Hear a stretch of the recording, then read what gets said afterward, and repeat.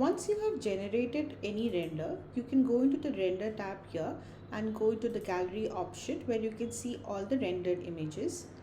You can go into any of these images and open them to edit the image.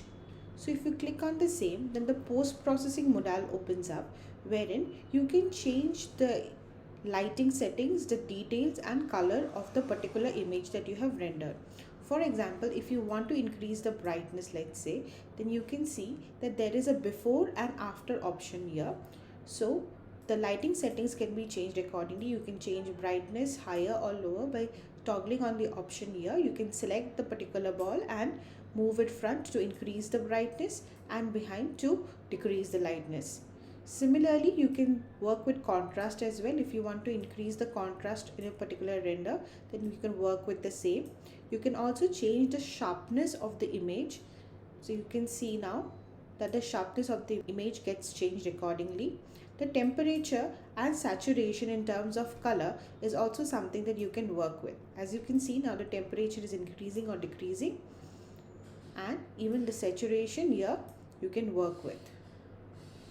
In this way, you can create post-processed image of your particular render that you have created. You do not need to move your render or image to another software or another platform to make such changes. You can post-process it in the Infurnia itself, and once it is completed, you can download the same.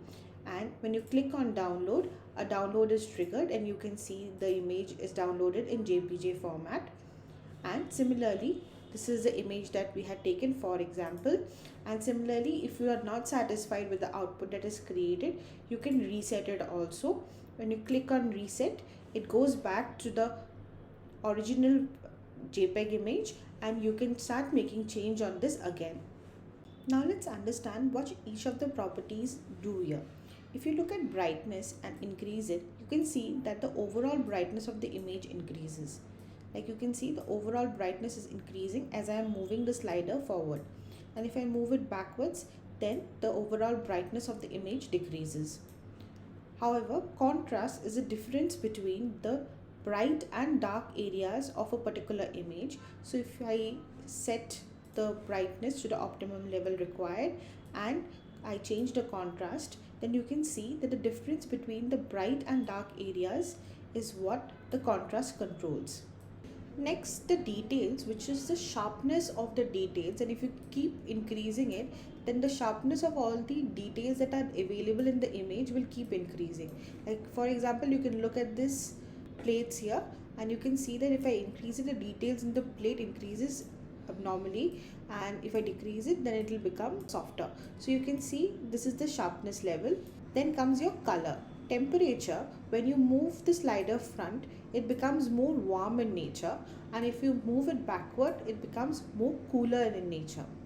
Similarly, the saturation here, I'll reset this again, and saturation here is whatever colors are there, how saturated they appear in the image. You can see that the saturation increases as I move it up.